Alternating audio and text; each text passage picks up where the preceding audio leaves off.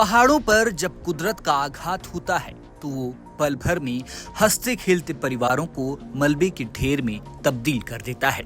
उत्तराखंड के पौड़ी जिले के द्वारिखाल ब्लॉक के महर गांव में मंगलवार की वह सुबह आम दिनों की तरह थी, लेकिन किसी को अंदाजा नहीं था कि पहाड़ी के ऊपर से आने वाली मौत का साया कुछ ही पलों में सब कुछ छीन लेगा।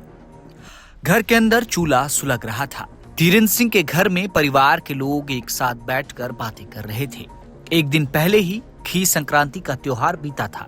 धीरेन्द्र सिंह की भतीजी रजनी, जो कुछ साल पहले सतपुली के बंदूण गांव में ब्याही गई थी, अपने 2 साल के मासूम बेटे रुद्रांश के साथ मायके त्योहार मनाने आई हुई थी और फिर अचानक पहाड़ी ने अपना सीना चीर दिया।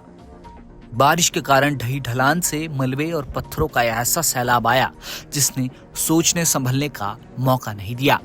एक जोरदार धमाके के साथ धीरेन्द्र सिंह का मकान पूरी तरह जमींदोज हो गया।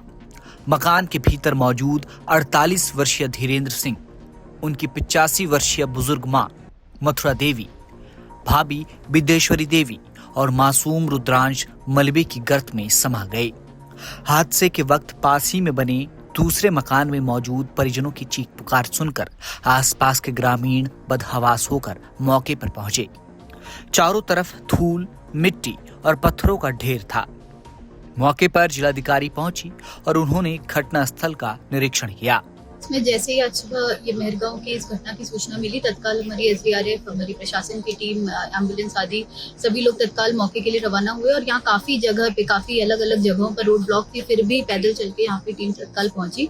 और उस बीच में जो हमारे यहाँ के प्रधान जी थे, लोकल ग्रामीण थे, उनके द्वारा भी ऑपरेशन रेस्क्यू के संबंध में शुरू कर दिया गया था। और SDRF जैसे ही मौके पर पहुंची तो तब से लगातार काफ़ी टाइम से यहाँ पे ये रेस्क्यू ऑपरेशन चल रहा है। उसमें अभी एक बच्चे का शव अभी बरामद किया जा चुका है और 2 लोग अभी ऑलरेडी निकालने की प्रक्रिया चल रहा है, जो एक महिला और एक पुरुष है। बाकी इसके अतिरिक्त जो यहाँ पे अन्य पशु की हानि हुई है, उनका पोस्टमार्टम आदि की भी कार्रवाई कर ली गई है।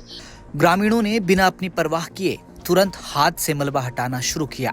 किस्मत से मलबे में दबी विदेश्वरी देवी को सुरक्षित बाहर निकाल लिया गया, लेकिन कुदरत की बेरुखी यहीं खत्म नहीं होती। राहत और बचाव कार्य आगे बढ़ा तो दिल दहला देने वाली खबर सामने आई। 85 वर्ष की मथुरा देवी और महज 2 साल के मासूम रुद्रांश की इस हादसे में जान जा चुकी थी।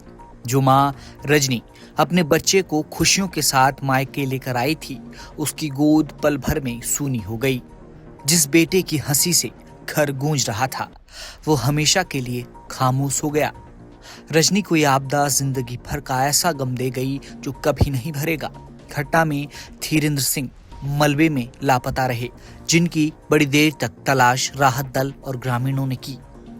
धीरेन्द्र की पत्नी विधाता देवी, बेटा गौरव और भतीजी रजनी दूसरे मकान में होने के कारण सुरक्षित तो बच गए, लेकिन उनकी आंखों के सामने उनका पूरा संसार उजड़ चुका था।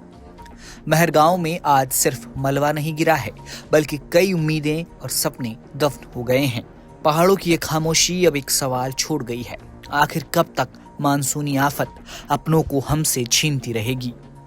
महर गांव का ये घर अब सिर्फ एक ढांचा नहीं, बल्कि उस दर्द की दास्तान है जो हर मानसून पहाड़ों की छाती पर लिख दिया जाता है। ब्यूरो रिपोर्ट, हिल मेल।